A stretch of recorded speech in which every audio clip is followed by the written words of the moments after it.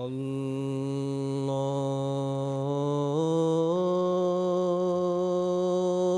أكبر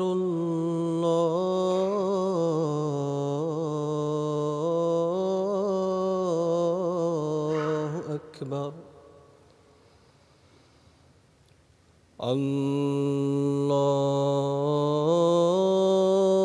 الله أكبر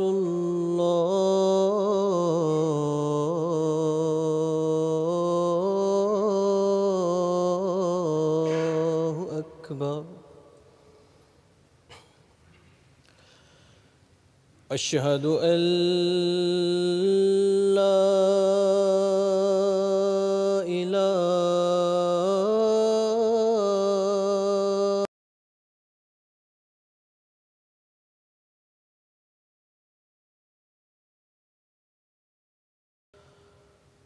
أشهد أن لا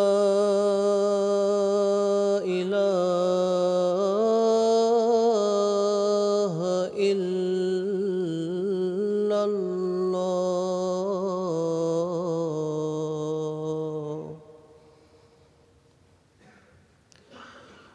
أشهد أن محمدًا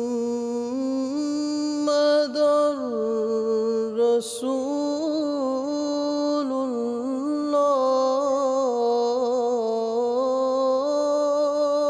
الله أشهد أن محمدًا رسول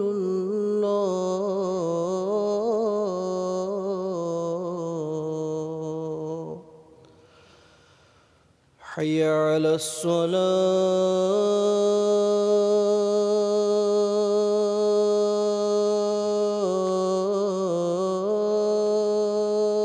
الصلاة حي على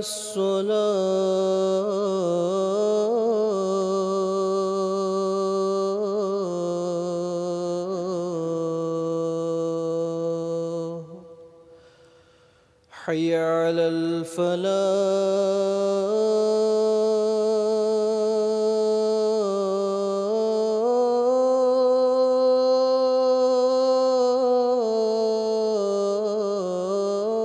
الفلاح حي على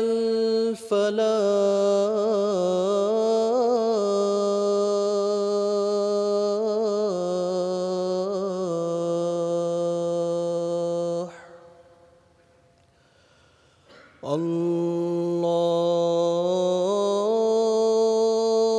الله أكبر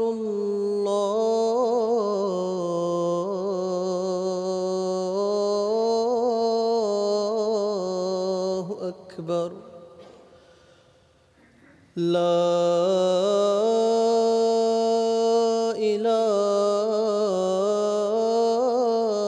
إله إلا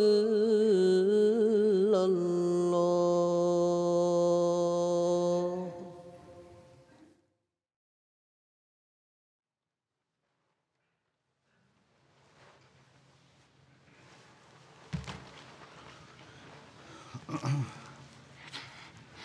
السلام عليكم ورحمة الله.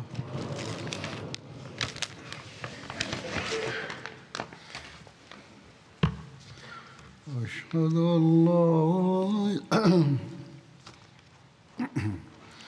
أشهد أن لا إله إلا الله وحده لا شريك له وأشهد أن محمدًا عبده ورسوله أما بعد فأعوذ بالله من الشيطان الرجيم بسم الله الرحمن الرحيم الحمد لله رب العالمين الرحمن الرحيم مالك يوم الدين إياك نعبد وإياك نستعين اهدنا الصراط المستقيم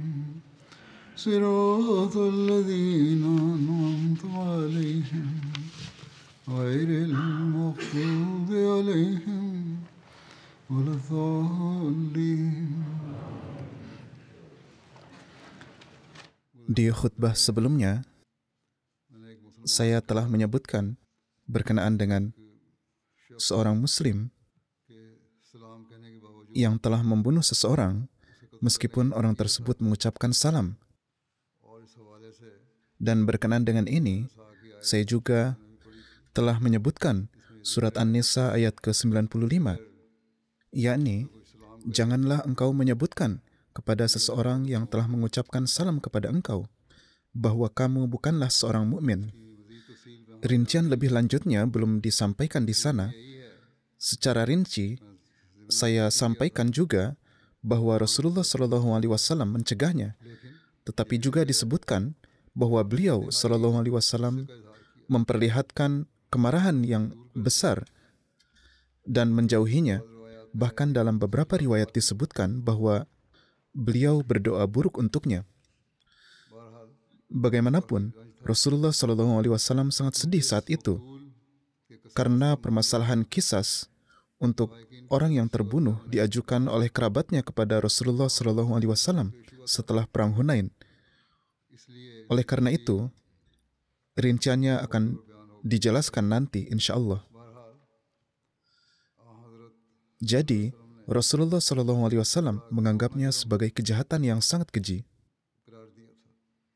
Dan andai saja para ulama penentang saat ini di Pakistan, mereka yang mengaku sebagai pelindung agama, bisa memahami hal ini dan berhenti melakukan kezaliman terhadap Ahmadi, sehingga mereka pun dapat selamat dari azab Allah Ta'ala.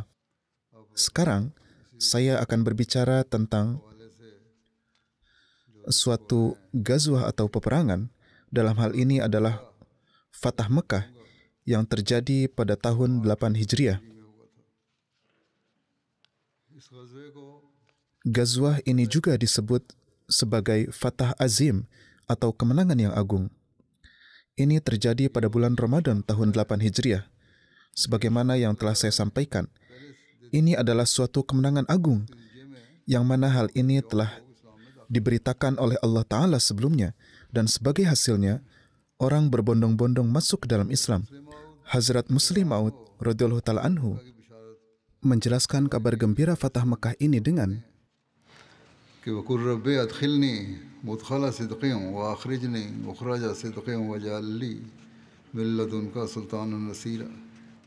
yakni, katakanlah, wahai Tuhanku, masukkanlah aku dengan cara masuk yang baik dan keluarkanlah aku dengan cara keluar yang baik, dan jadikanlah bagiku dari hadirat Engkau suatu kekuatan yang menolong.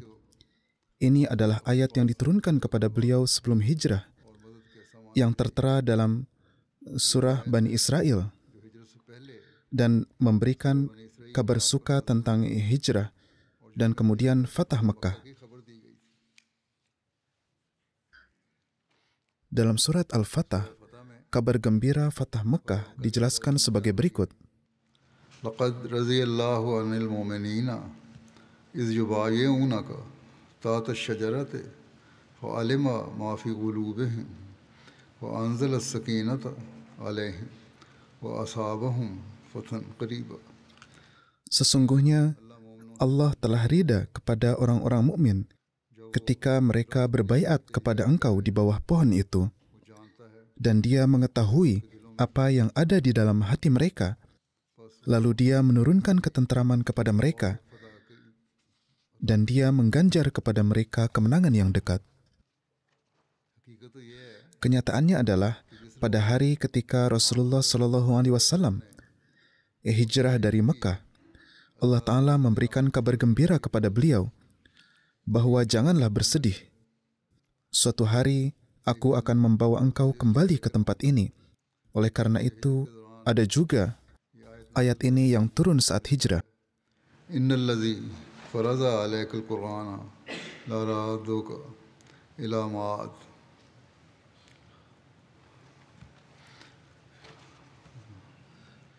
Sesungguhnya, Dia yang telah mewajibkan Al-Quran kepadamu pasti akan membawamu kembali ke tempat kembali. Imam Fakhruddin Razi dalam menafsirkan ayat ini menyatakan yang dimaksud dengan ma'ad atau tempat kembali dalam ayat ini adalah Mekah, dan alasannya adalah karena ini mengacu pada kembalinya Hazrat Rasulullah SAW ke Mekah pada hari Fatah Mekah. Suatu riwayat menyebutkan ketika Rasulullah SAW berada di antara Mekah dan Madinah pada saat hijrah, beliau mengungkapkan kecintaan beliau kepada Mekah. Maka Hazrat Jibril turun dan bertanya, apakah engkau SAW menginginkan kampung halaman dan tempat kelahiran engkau? Beliau menjawab, iya. Lalu Jibril berkata bahwa Allah berfirman, Innallazi faraza alaikal Qur'ana la raduka ila ma'ad. sesungguhnya Dia yang mewajibkan atasmu Al-Quran pasti akan mengembalikan kamu ke tempat kembali. Artinya, Dia akan membawamu kembali ke Mekah dengan memberikan kemenangan atas kaum Quraisy. Saat itu Rasulullah SAW ada di Mekah, lalu meninggalkannya dan kemudian kembali ke sana. Dan hal ini tidak dapat berlaku untuk tempat lain selain Mekah. Menurut para peneliti, nubuatan Al-Quran ini adalah bukti kenabian Rasulullah SAW karena beliau SAW menyampaikan kabar gaib dari Allah Ta'ala, dan yang terjadi adalah persis seperti halnya yang telah beliau kabarkan. Di tempat lain dalam Al-Quran, ada juga nubuatan tentang Fatah Mekah, yang mana ini mengingatkan semua Muslim, termasuk Hazrat Rasulullah SAW, bahwa dimanapun kamu pergi, janganlah lupa bahwa Mekah pada akhirnya akan ditaklukkan, dan kalian harus berusaha, bekerja keras dan berdoa untuk hal ini. Dan berdasarkan nubuatan Quran ini, kita dapat mengatakan bahwa satu-satunya tujuan dari semua peperangan dan misi Hazrat Rasulullah SAW merupakan Fatah Makkah, yakni وَمِنْ حَيْثُ خَرَجْتَ فَوَلِّ وَجْهَكَ شَطْرَ الْمَسْجِدِ الْحَرَامِ.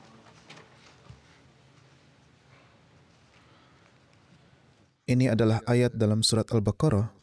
Hazrat Muslim Maud menafsirkan dengan bersabda, para mufassir telah menafsirkan wa min haitsu kharajta berarti bahwa dimanapun kamu berada dalam segala keadaan, jadikanlah kiblatmu hanya Masjidil Haram.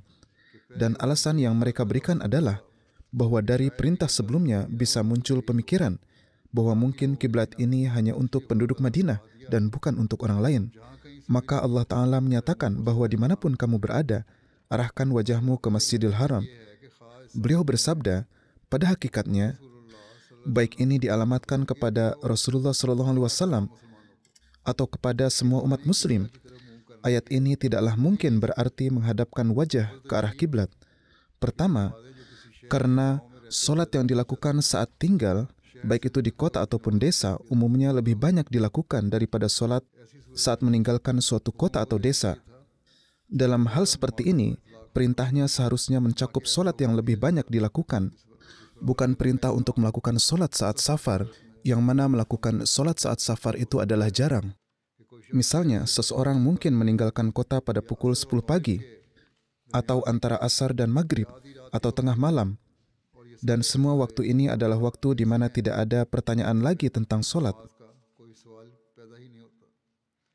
Maka dalam keadaan ini, perintah wa min haitsu kharajta fawalli wajhaka syatrul masjidil haram menjadi tidaklah berarti, karena jarang ada kesempatan untuk sholat saat meninggalkan kota.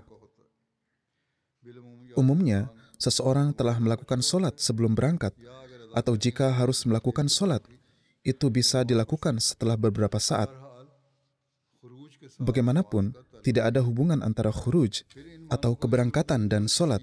Kemudian, tafsir ini bisa saja dianggap benar jika ada sholat tertentu yang secara khusus berhubungan dengan waktu suatu keberangkatan.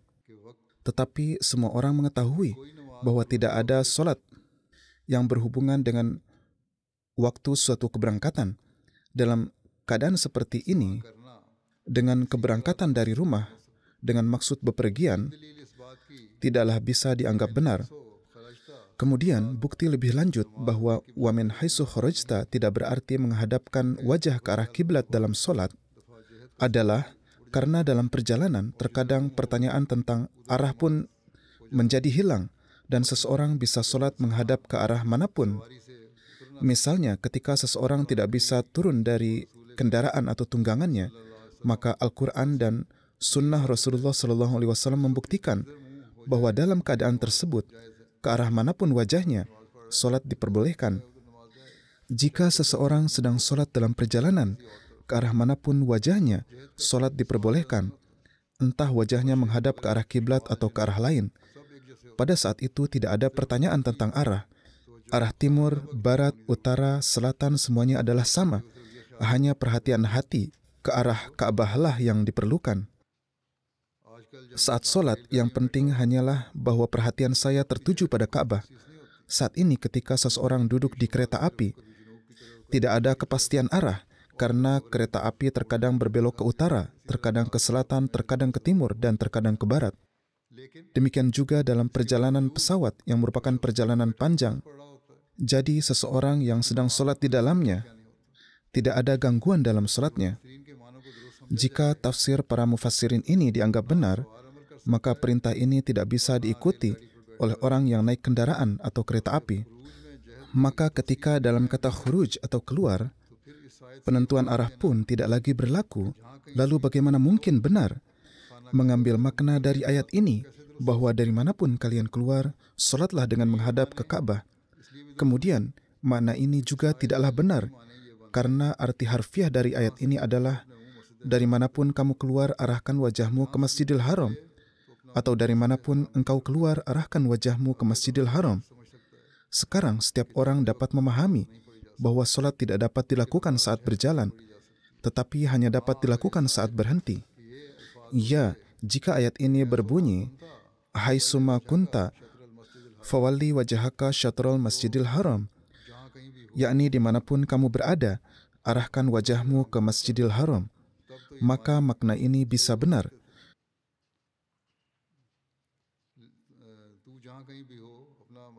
Yakni dimanapun kamu berada, arahkan wajahmu ke Masjidil Haram, maka makna ini bisa benar. Tetapi di sini dikatakan, wa min haitsu kharajta fawalli wajhaka syatrul Masjidil Haram, yakni wahai Muhammad Rasulullah SAW dan wahai umat muslim, dari manapun kamu keluar, arahkan wajahmu ke Masjidil Haram. Sekarang jelaslah bahwa sholat tidak dilakukan saat keluar, tetapi dilakukan saat berada di suatu tempat. Jadi jelaslah bahwa menafsirkan ayat ini sebagai perintah sholat tidaklah benar dalam keadaan apapun. Para mufassir mengatakan bahwa jika hubungan antara sholat dan keluar tidak diterima, maka akan terjadi kontradiksi. Padahal ini juga keliru. Mereka melihat kontradiksi dalam Al-Quran hanya karena mereka tidak memahami makna sebenarnya dari Al-Quran dan adanya keterkaitan satu sama lain. Dimanapun mereka melihat suatu keberatan, mereka segera mengatakan nasikh dan mansukh, dan menyatakan suatu ayat sebagai nasikh atau menghapuskan dan ayat lain sebagai mansukh atau dihapuskan. Padahal hakikat Al-Quran adalah sebagaimana disampaikan oleh Hazrat Masih Maud alaihissalam, dan jika dunia mengingat hal ini, maka tidak akan ada kontradiksi dalam Al-Quran, dan tidak ada ayat yang dimansuhkan di dalam Al-Quran. Kenyataannya adalah, ketika Rasulullah SAW dikeluarkan dari Mekah, musuh-musuh Islam mendapatkan kesempatan untuk mengemukakan keberatan bahwa jika beliau adalah sosok yang dijanjikan dalam doa Ibrahim dan memiliki hubungan dengan Ka'bah, mengapa beliau dikeluarkan dari Mekah? Ketika beliau telah dikeluarkan dari Mekah, bagaimana bisa beliau menjadi penggenapan dari doa Nabi Ibrahim? Untuk menjawabnya, Allah berfirman, कि मिन हैसो खरजता फवल्ले वजहका शत्रल मस्जिदिल हराम, yakni, wahai Muhammad Rasulullah Shallallahu Alaihi Wasallam, kepergianmu dari Mekah ini adalah bersifat sementara. Kami berjanji kepadamu bahwa kami akan memberimu kesempatan lagi dan kamu akan menguasai Mekah. Kendati demikian, di mana saja ada janji-janji dari Allah Ta'ala kepada orang-orang mukmin, di sana juga Tuhan mengharapkan mereka agar berusaha untuk memenuhi janji itu. Bukan berarti bahwa Allah telah berjanji kepada mereka dan lantas mereka duduk berpangku tangan dan tidak berusaha memenuhi janji itu dan menganggap bahwa karena Allah telah berjanji, maka Dia akan memenuhinya sendiri dan manusia tidak perlu memenuhinya. Inilah yang dipikirkan oleh mereka. Allah Ta'ala telah berjanji kepada kaum Hazrat Musa bahwa mereka akan diberikan tanah negeri Kan'an. Hazrat Musa alaihissalam lalu berangkat membawa kaumnya. Ketika tanah itu muncul di hadapan mereka, beliau berseru kepada kaumnya, "Pergilah dan berperanglah untuk menguasai tanah ini." Kaum Hazrat Musa alaihissalam keliru dalam berpikir bahwa karena Allah Ta'ala telah berjanji untuk memberikan tanah ini kepada mereka, mereka berpikir bahwa Dia sendiri akan memenuhi janji itu dan memberikan tanah itu kepada mereka. Mereka berpikir, jika kami menaklukkan tanah ini, apa gunanya janji itu? Janji itu dibuat oleh Allah, jadi biarlah Dia sendiri yang memenuhinya. Kita tidak perlu berusaha untuk itu. Maka mereka berkata kepada Hazrat Musa alaihissalam, कि इज़हब अंता व रब्बुका फ़क़ातिला इन्ना हाहुना क़ाइदून,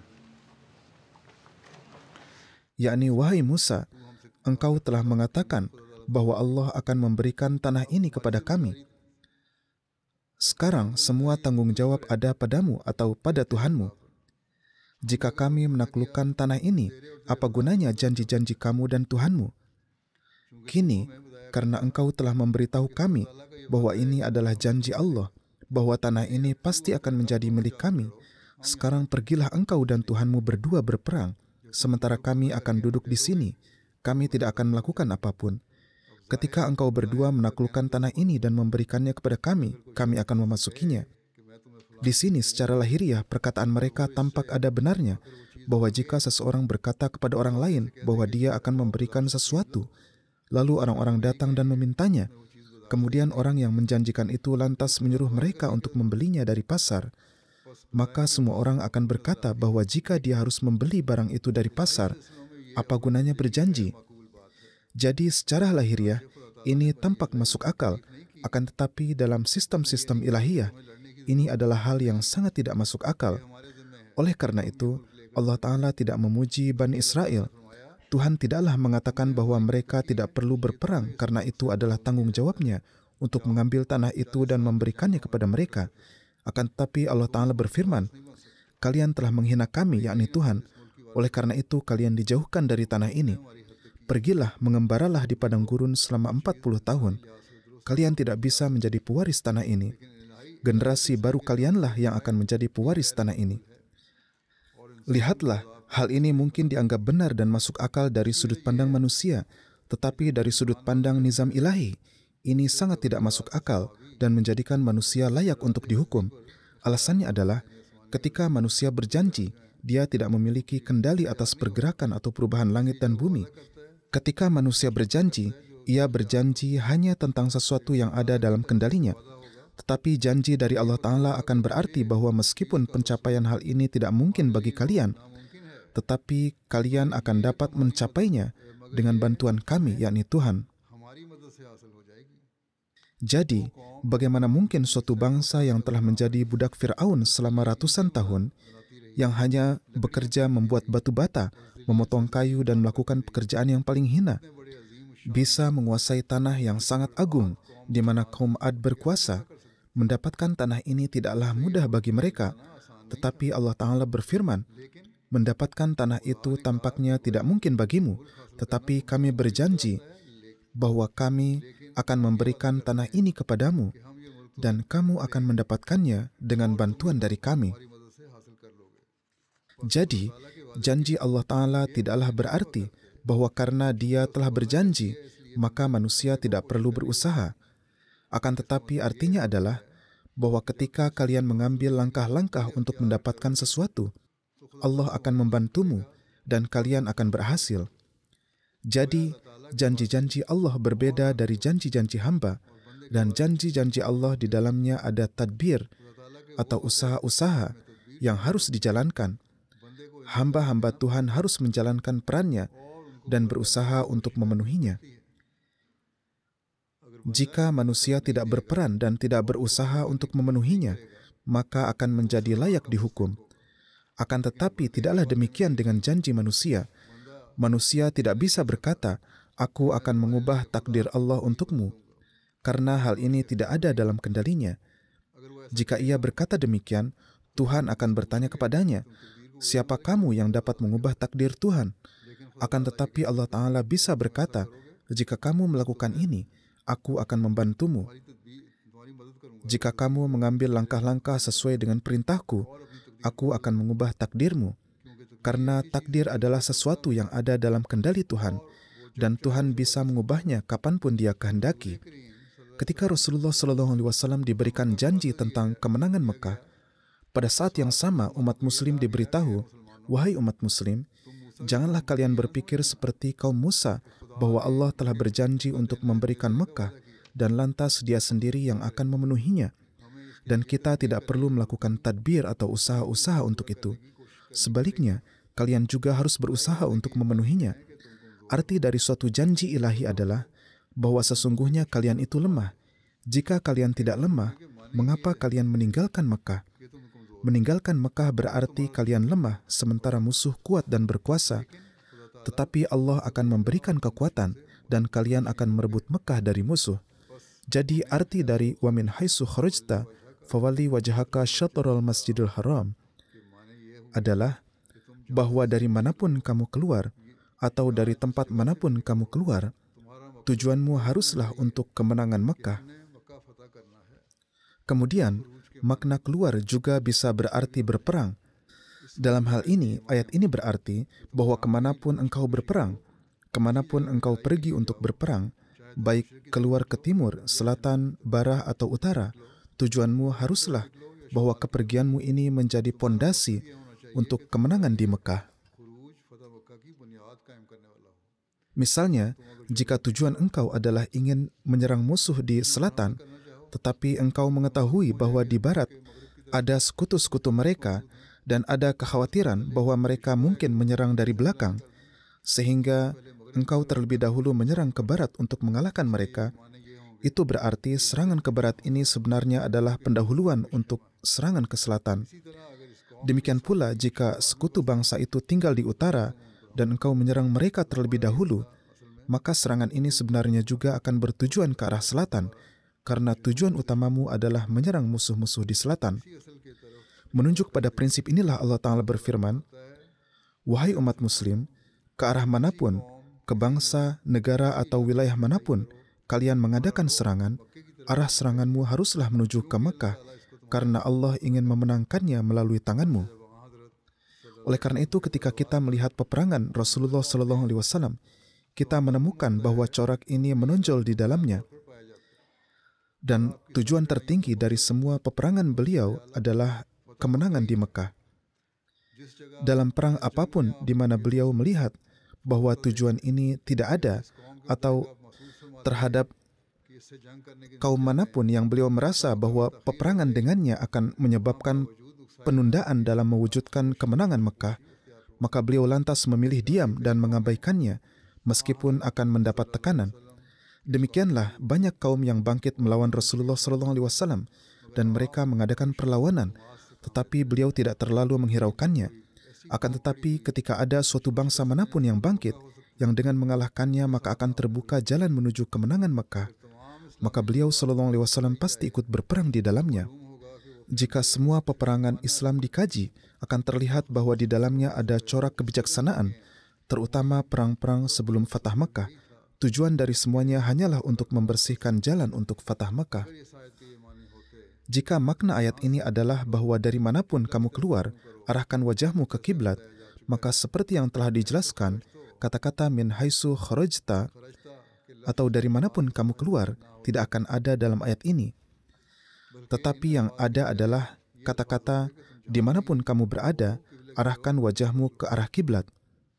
Jadi, untuk menghadap ke arah kiblat, kata-katanya seharusnya adalah dimanapun, bukan dari manapun kamu keluar, arahkan wajahmu ke kiblat.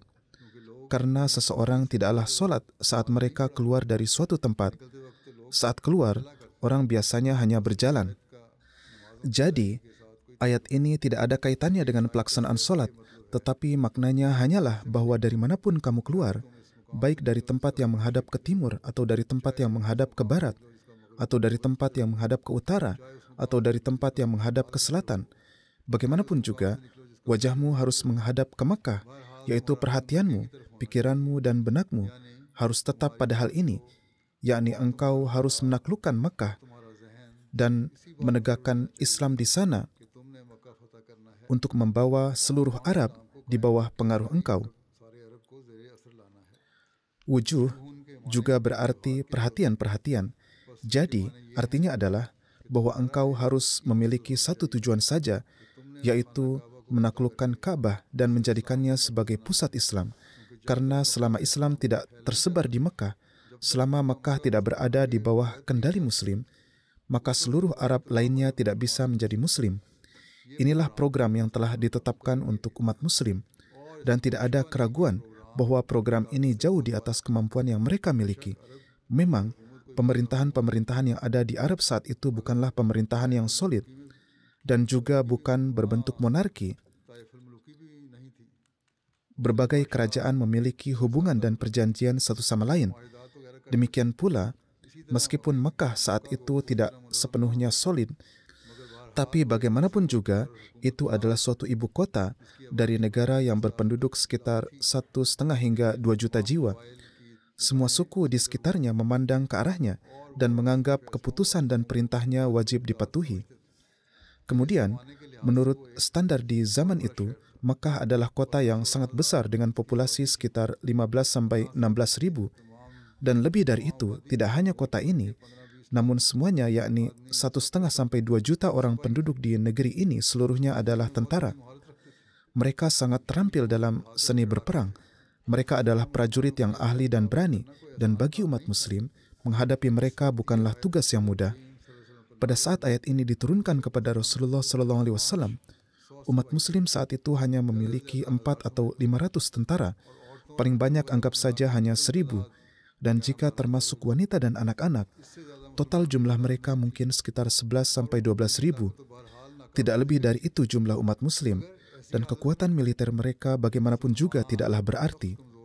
Tetapi dalam keadaan seperti ini, ketika umat Muslim sangat lemah, ketika jumlah mereka tidak sebanding dengan orang-orang kafir, ketika mereka tidak memiliki perlengkapan perang, dan ketika kekuatan militer mereka tidaklah berarti dibandingkan dengan orang-orang kafir, Allah Ta'ala memberikan tantangan kepada orang-orang kafir, bahwa meskipun umat Muslim ini tampak sedikit bagimu, mereka tampak lemah dan tidak berdaya, tetapi umat Muslim inilah yang suatu hari akan menaklukkan negerimu, menguasai ibu kotamu, dan akan menang di sana, sehingga mereka akan menetapkan hukum Islam di sana, dan akan sepenuhnya menghapus kekufuran dari tanah Arab. Ini adalah pengakuan yang tampak gila, mengingat keadaan umat Muslim saat itu, dan bahkan pengakuan ini tidak terbatas pada wilayah tertentu, tetapi dampak dari pengakuan ini adalah semakin luas, karena tidak hanya menubuatkan tentang penaklukan Mekah, tidak hanya mengumumkan keunggulan atas seluruh Arab, tetapi juga menantang orang-orang Kristen, Yahudi, dan Majusi, dan dengan lantang mengumumkan bahwa Islam akan menang di seluruh dunia dengan mengalahkan semua agama ini. Pernyataan ini tampaklah gila, dan itulah sebabnya orang-orang kafir menyebut Rasulullah SAW, nauzubillah, adalah gila, dan mereka juga menganggap para sahabat gila, karena para sahabat pun membuat pernyataan yang jika dilihat Mereka sesungguhnya tidak memiliki sarana duniawi apapun untuk memenuhinya. Tetapi hakikatnya adalah bahwa sampai keadaan yang disebut dalam istilah medis sebagai monomania, yaitu fokus hanya dalam satu hal, ketika hal ini muncul dalam diri setiap orang untuk suatu tugas-tugas yang luar biasa, yakni sampai ia melupakan semua tujuan lainnya, sampai ia selalu merasa gelisah dan tidak sabar untuk itu, dan sampai semacam kegilaan demi tugas-tugas luar biasa itu terlahir di dalam dirinya, maka jika tidak akan ada keberhasilan dalam tugas-tugas besar itu. Oleh karena itulah Al-Quran telah mengarahkan perhatian pada hal ini dalam ayat ini, yakni lupakanlah oleh kalian semua tujuan lain, dan kedepankanlah oleh kalian hanya tujuan ini, yakni bahwa kita harus menaklukkan Mekah demi Islam. Selama kalian belum bisa mendapatkan pusat dan benteng ini, kalian tidak akan bisa mengungguli seluruh Arab dan kemudian seluruh dunia. Di sini muncul pertanyaan, mengapa Allah Ta'ala menyebutkan dari tempat manapun engkau keluar, arahkan perhatianmu ke Masjidil Haram, dan tidak mengatakan ke arah manapun kamu menyerang, arahkan perhatianmu ke Masjidil Haram? Jawabannya adalah bahwa pada saat keluar atau keberangkatanlah keputusan dibuat tentang apa tujuan suatu misi. Seseorang tidaklah memulai perang terlebih dahulu, lantas memikirkan tujuannya. Jadi, karena di sini yang dimaksudkan adalah mengarahkan perhatian pada tujuan Fatah Makkah, maka diperintahkanlah bahwa saat engkau bergerak keluar, lihatlah senantiasa apakah perang ini akan memberikan pengaruh untuk menaklukkan Makkah. Jika perang ini tidak memberi dampak untuk Fatah Makkah, maka tinggalkanlah. Tetapi ini tidak boleh dipahami bahwa Islam mengizinkan pengikutnya untuk melakukan perang yang keras atau agresif, karena sejarah telah membuktikan bahwa pertempuran-pertempuran dengan orang-orang kafir telah dimulai sejak sebelum turunnya ayat-ayat ini. Perlu juga diingat bahwa dalam min haitsu kharajta atau dari manapun engkau keluar, ini hanya ditujukan bagi Rasulullah SAW, dan alasannya adalah setelah Rasulullah SAW, kebutuhan untuk Fatah Mekah dalam corak ini tidak akan tetap ada, karena setelah beliau tidak akan ada serangan terhadap Mekah lagi, melainkan akan tetap sepenuhnya di bawah kendali umat Muslim. Jadi dalam hal ini tampak adanya suatu nubuatan untuk masa depan bahwa tidak akan ada lagi penaklukan Mekah, karena akan muncul suatu jemaat yang siaga untuk menegakkan keagungan Mekah, dan itu akan selalu berada di bawah kendali umat Muslim. Oleh karena itu latar belakang untuk berperang pun menjadi hilang. Pengantar dan tafsir ini diperlukan agar peristiwa Fatah Mekah yang akan disebutkan nanti dapat lebih mudah dipahami. Sisanya akan disampaikan nanti insya Allah. Sekarang saya juga akan menyebutkan tentang seorang syahid dan juga akan memimpin surat jenazah beliau, yaitu Tuan Dr. Syekh Muhammad Mahmud Sahib dari Sargoda, putra dari Syekh Mubassir Ahmad Delhi Sahib. Beliau dibunuh oleh para penentang Ahmadiyah pada tanggal 16 Mei dengan ditembak. Inna lillahi wa inna ilaihi raji'un. Rincian kejadiannya adalah, setelah menunaikan sholat Jumat, Dr. Sahib bersama keluarganya tiba di rumah sakit Fatima di Sargoda, tempat beliau praktik. Setelah memasuki rumah sakit, saat melewati area resepsionis dan saat berada di koridor di depan unit gawat darurat menuju ruangannya, seorang pria tak dikenal yang telah ada di sana dan mengikutinya mengeluarkan pistol dari tas belanja dan menembakkan dari belakang. Beliau terkena 2 peluru yang menembus tubuh beliau dan segera dibawa ke rumah sakit pusat, tetapi tidak dapat bertahan dari luka-luka beliau, dan Tuan Dr. Mahmud pun menjadi syahid. Innalillahi wa inna ilaihi raji'un. Setelah kejadian, penyerang melarikan diri dengan mengacungkan senjata bersama temannya yang menunggu di luar rumah sakit dengan sepeda motor. Saat syahid, usia almarhum adalah 59 tahun. Ahmadiyah masuk ke keluarga beliau melalui kakek buyut beliau, Tuan Babu Ijaz Hussain Sahib, yang merupakan saudara Hazrat Sarfraz Hussain Dehlawi radhiyallahu ta'ala anhu, yang mendapat karunia masuk ke dalam jemaat Ahmadiyah dengan baiat kepada Hazrat Masih Maud alaihissalatu wassalam. Tuan Babu Ijaz Hussain Delwi baiat melalui perantaraan saudaranya. Kakek buyut almarhum syahid, yakni Tuan Ijaz Hussein Sahib dan kakeknya, Tuan Babu Nazir Ahmad Sahib, keduanya mendapat taufik berkhidmat sebagai Amir Jemaat Ahmadiyah Delhi secara berturut-turut. Almarhum Syahid menyelesaikan FSc dari FC College Lahore, kemudian masuk ke Rawalpindi Medical College dan mendapat gelar MBBS dari sana pada tahun 1990.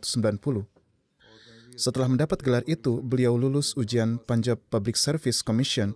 Beliau bekerja selama 4 tahun di Rumah Sakit Jinnah di Lahore. Pada tahun 1998, beliau mendapat keanggotaan Royal College of Physicians UK dan pada tahun 2021, beliau mendapat kehormatan fellowship dari sana. Almarhum pindah ke Sargodha pada tahun 2001. Latar belakang pindah ke Sargodha adalah semata mengkhidmati manusia.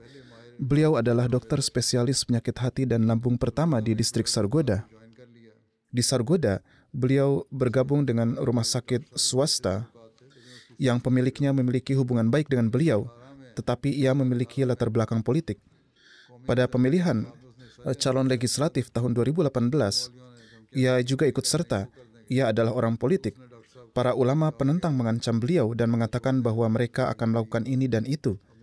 Mereka berkata kepada almarhum, "Silahkan tinggalkan rumah sakit." Akhirnya, Dr. Sahib meninggalkan tempat itu dan kemudian bergabung dengan rumah sakit lain.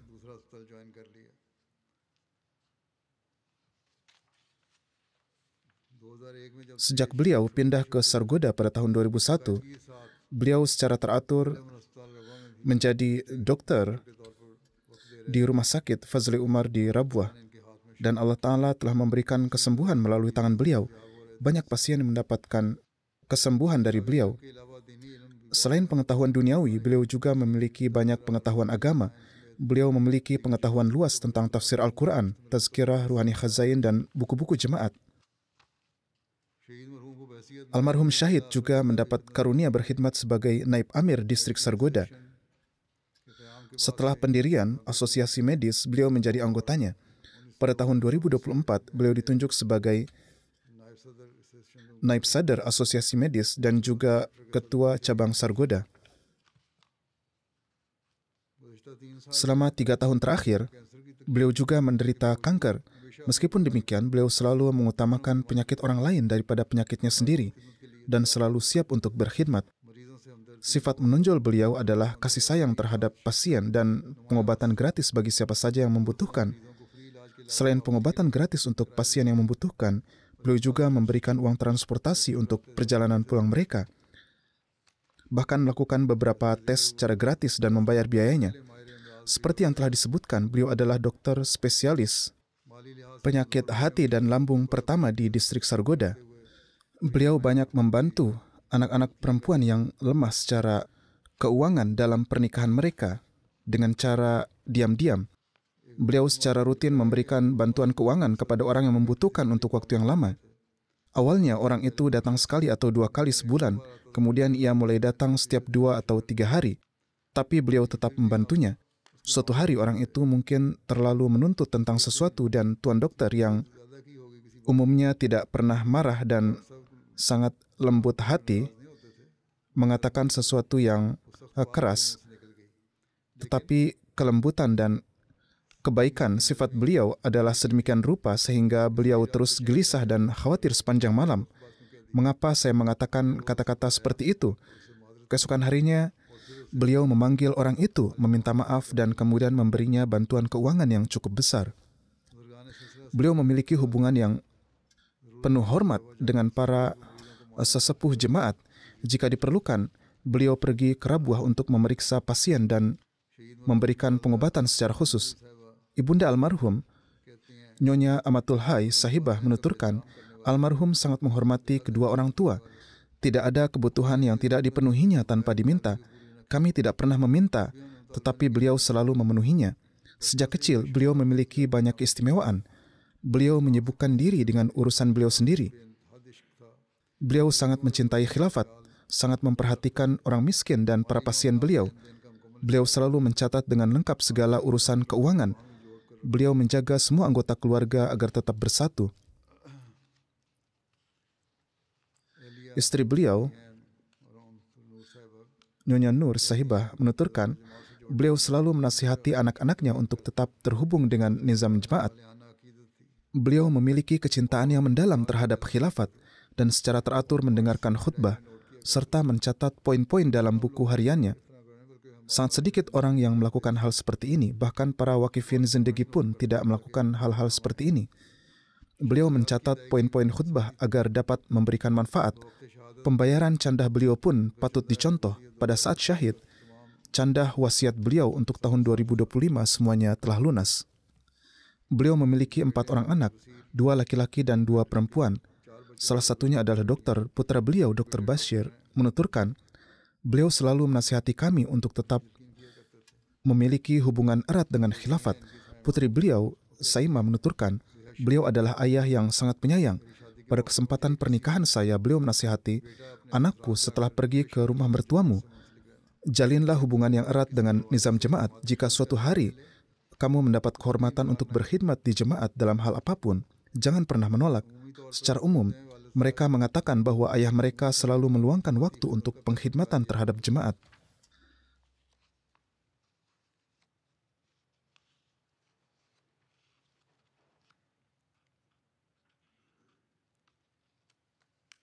Salah seorang menantu perempuan beliau menuturkan, beliau sangat menekankan sikap tawakal kepada Allah. Setiap kali dimintai bimbingan dalam suatu masalah, beliau selalu memulai dan mengakhiri apa yang beliau katakan dengan berdoa. Saudari perempuan beliau menuturkan, beliau sangat khawatir tentang berbagai penentangan terhadap jemaat. Beliau bangun di malam hari untuk melakukan sholat nawafil dan tahajud. Dan ini adalah kebiasaan beliau sehari-hari.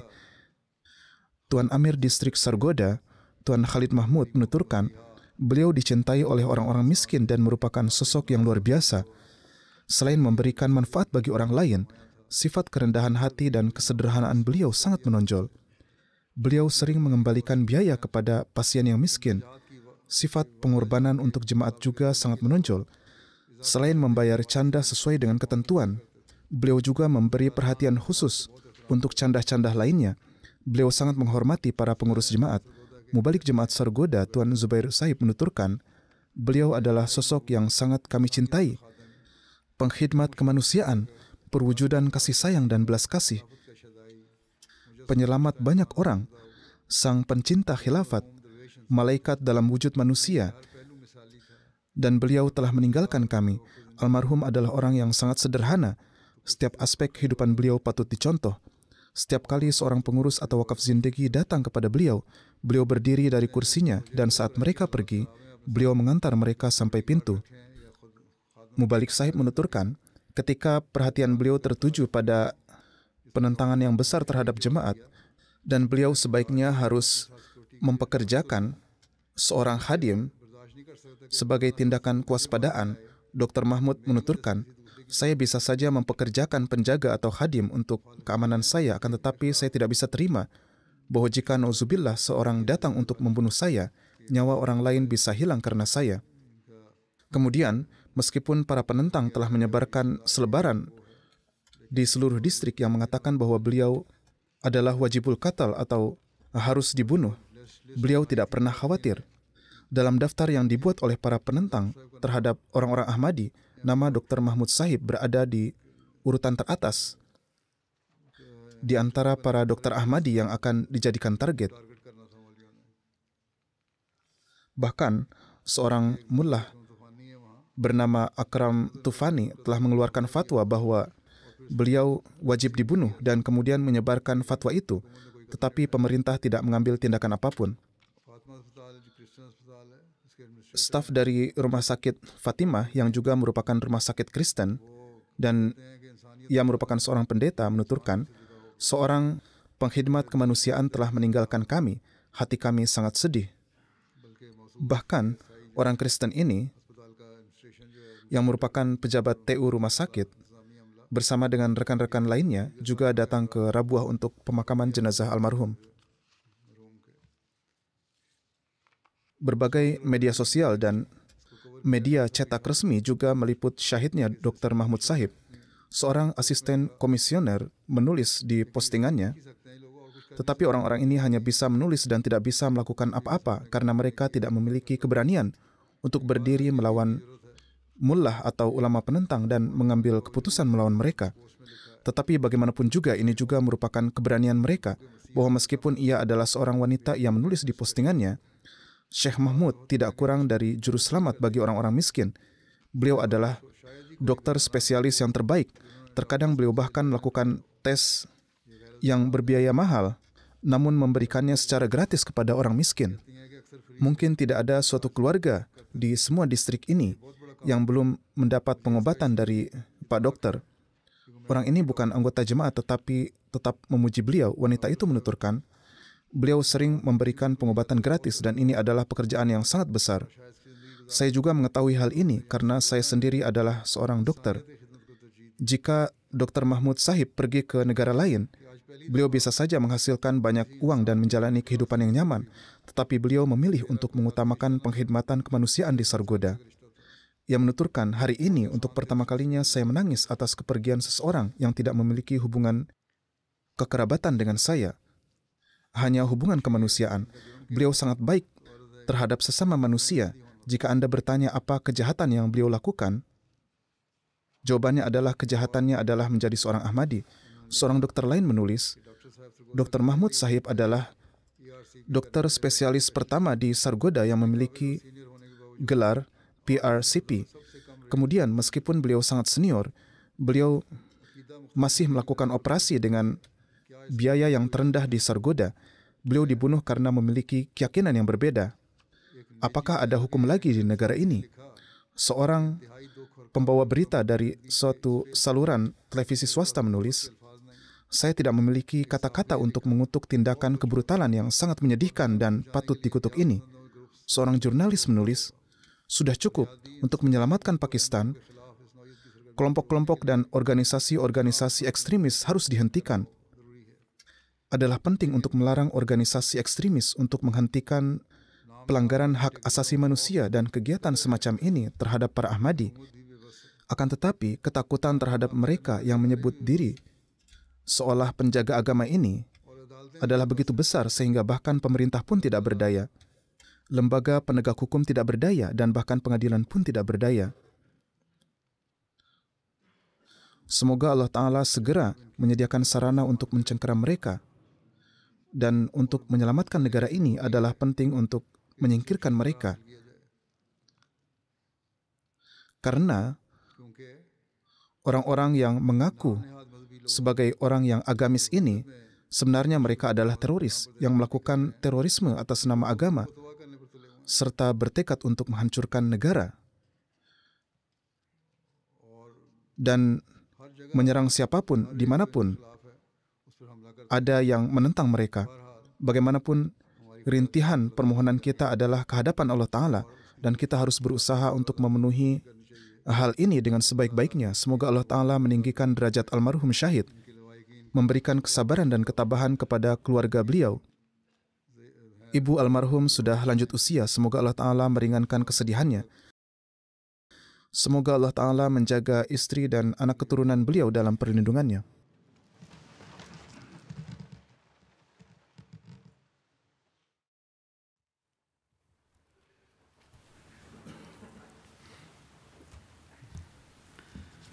Alhamdulillah, alhamdulillah, nahmaduhu wa nasta'inuhu wa nastaghfiruh wa nu'minu bihi wa natawakkalu alayhi wa na'udzu billahi min shururi anfusina wa min sayyiati a'malina.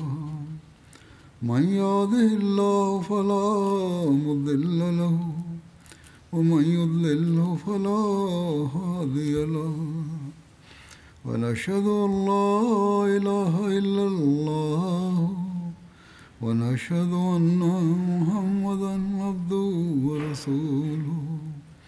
عباد الله رحمكم الله إن الله يأمر بالعدل والإحسان وإيتاء ذي القربى وينهى عن الفحشاء والمنكر والبغي يعظكم لعلكم تذكرون اذكروا الله يذكركم وادعوه يستجب لكم ولذكر الله أكبر